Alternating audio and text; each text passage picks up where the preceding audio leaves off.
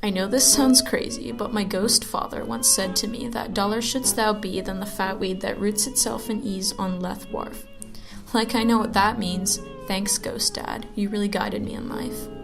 Anyways, welcome back to my channel. Here's part 12 of the highly requested Draw My Life series for you guys. With this installment, we're finally at high school.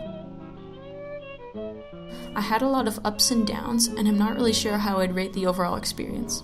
It definitely was memorable though. I met so many people that taught me so many things. If I didn't know something already, of course.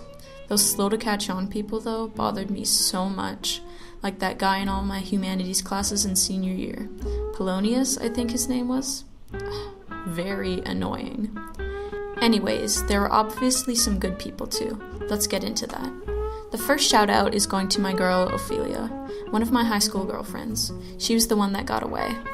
Honestly, she was kind of two-faced, but I won't say anything bad since she died, unfortunately. Rest in peace, babe. But I learned so much about myself from her. During one of our fights, she told me that rich gifts wax poor when givers prove unkind. This had an impact on me, and not just because I was the gift giver in this situation. I realized that you can't just use gifts or charm to appease someone, especially if your intentions aren't genuine. It's about being honest, being true to yourself and others, and not having malicious or ulterior motives. Some people in the world have just got such bad morals, it goes against what should be a human's natural state. They just wouldn't think twice about being cruel. Ophelia fell victim to the ravages of this immorality and cruelty, which is why she is no longer with us today. From spending time with Ophelia, she taught me a lot about human nature and patience, and how I don't have any. Being with Ophelia also made me realize that I'm actually better off on my own. People don't seem to want to hang out with me anyways, unless they want something from me.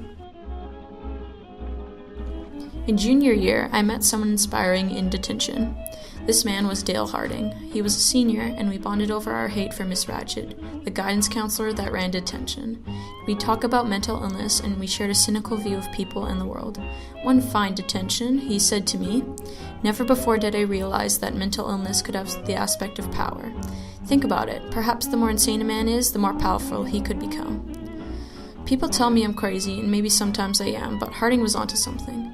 I've learned from him to not be afraid of my own mental illness, and that there's no shame in it. The problems come from those around you, who either don't want to have anything to do with a basket case, or choose to ignore it altogether. It's just more telling about how people in this world are just terrible.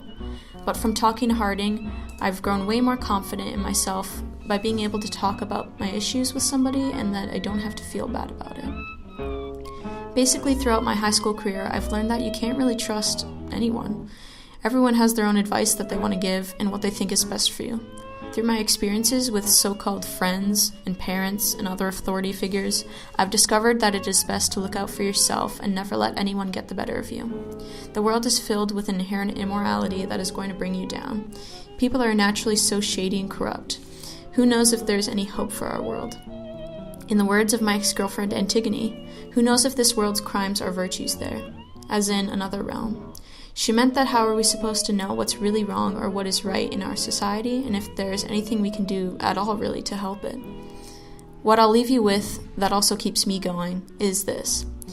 If you stick to your morals and disregard what shady hoes say, you're gonna be fine. Trust me.